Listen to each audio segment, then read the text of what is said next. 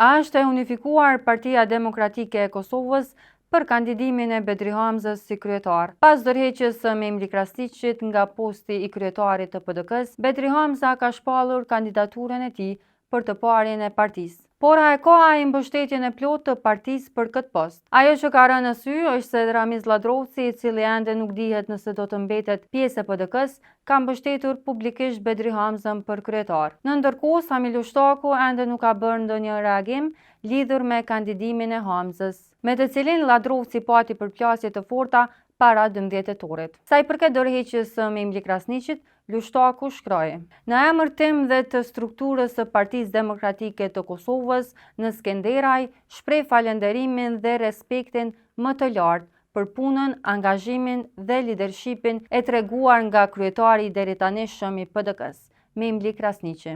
Të hënën, më 17 nëntor, pritet të mbahet konventa e kësaj partie. Në ndërkohë, Enver Hoxha ka kërkuar që kjo konvent të shtyhet, me arsyetim se një parti serioze nuk mund të mbajë një konvent politike dhe përmbajtësore në një kohë kaq të shkurtër. Kjo nguti nuk garon garë cilësore, as reformim dhe unitet të kërkuar e të domosdoshëm për PDK-n në këtë kohë, ka shkruar tutje Hoxhaj.